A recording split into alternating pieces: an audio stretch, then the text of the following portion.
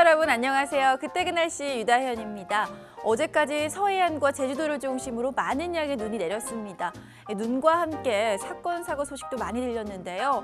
고속도로 곳곳에서는 빙판길 교통사고가 잇따랐고요. 덕유산에서는 27명이 조난됐다가 구조됐지만 1명이 숨지고 3명이 다쳤다고 합니다.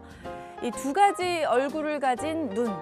눈이 보기에는 아름답지만 위험이 도사리고 있는 반대쪽 얼굴을 항상 기억하셔야겠습니다.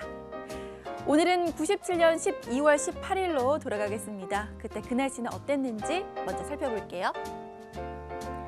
네, 투표길 쾌청이라고 나와 있습니다.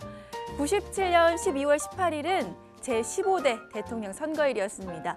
선거를 하러 가는 길 날씨가 어떤지를 나타내는 제목인데요. 기온을 한번 살펴보면요. 서울 기온은 영상 2도에서 9도 정도, 그리고 대구는 3도에서 13도 분포를 보이고 있었네요. 대체로 영상권에 머물고 있습니다. 앞서도 말씀드렸지만 어제와 오늘 올겨울 들어서 최고의 한파가 들이닥쳤죠. 눈으로 인한 사건, 사고도 있었고요. 또 낮에도 체감온도가 영하권에 머무르면서 매서운 추위가 찾아왔는데 올해와는 참으로 비교되는 기온이었네요. 다음 기사로 넘어가 보겠습니다. 네, 여러분 포켓몬스터라는 애니메이션 다들 알고 계시죠? 저희가 어릴 때도 한창 유행이었었는데 최근까지도 시리즈가 나오고 있는 애니메이션입니다. 방송을 준비하면서 신문을 살펴보고 있었는데요. 97년 신문 한 페이지에 작게 나와 있는 포켓몬스터 관련 기사가 있더라고요. 그런데 제목이 눈에 확 띄었습니다. 잘못 봤나 싶어서 다시 들여다봤는데요. 어린이들 졸도시킨 일본 만화라고 나와 있습니다. 기사를 잘못 본 건 줄 알았는데 내용을 살펴보면 더 황당합니다. 텔레비전에 방영된 만화 영화를 보던 일본 어린이들이 번쩍이는 섬광에 빨간색 등 강렬한 원색을 사용한 자극적인 장면들이 잇따르자 경련을 일으키거나 졸도해 약 560명이 병원에 입원하는 일이 발생했다. 네, 만화 영화를 보다 어린이 560여 명이 졸도를 했다는 게 상상이 가시나요? 이런 황당한 사건이 실제로 있었나 하고 조사를 하다 보니 정말로 포켓몬 발작 사건이라는 내용의 기사들이 나오더라고요. 어떤 장면이 문제가 됐었는지 화면으로 함께 보실까요?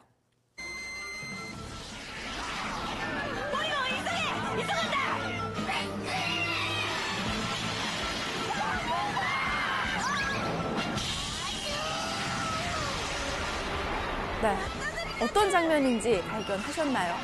포켓몬스터 제38화 전뇌전사 플리곤의 후반에서 주인공 지후 일행이 빨간색 또 파란색 섬광이 번쩍거리는 사이버 공간의 폭발로부터 탈출할 때 이렇게 강한 전멸이 발생했는데요.